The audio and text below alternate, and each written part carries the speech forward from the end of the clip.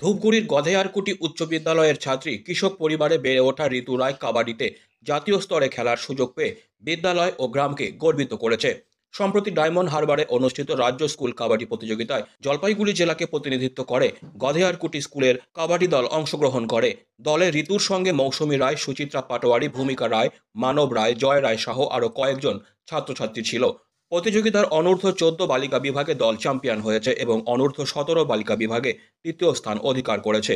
প্রত্যন্ত গ্রাম বগরিবাড়ি থেকে উঠে আসা ঋতুর এই সাফল্যে পরিবারের পাশাপাশি বিদ্যালয়ের শিক্ষক, শিক্ষিকা, ছাত্রছাত্রী এবং এলাকার সকলেই আনন্দিত। ঋতু জানায়, জাতীয় স্তরে সুযোগ পেয়ে সে খুব খুশি। অপরদিকে গধেয়ারকুটি উচ্চ বিদ্যালয়ের ক্রীড়া শিক্ষক অমর কুমার শৈব্য বলেন, ঋতুর এই সাফল্যে তারা বিদ্যালয়ের সকলেই গর্বিত।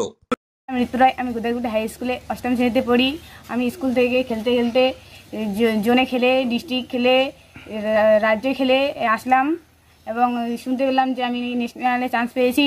এর জন্য আমি ভীষণ ভীষণ খুশি।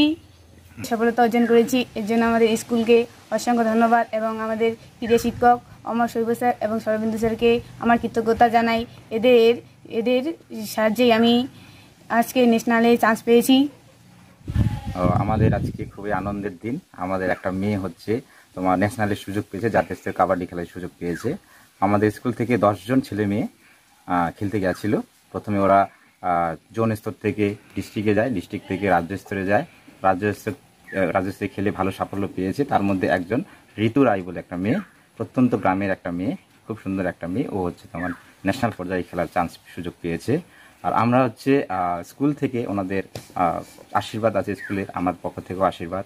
আশা করি এই ঋতু রায় হচ্ছে আরও সফলতা অর্জন করবে। Disclaimer. This channel may not promote any violent, harmful or legal activities. All content provided by this channel is meant for an educational purpose only.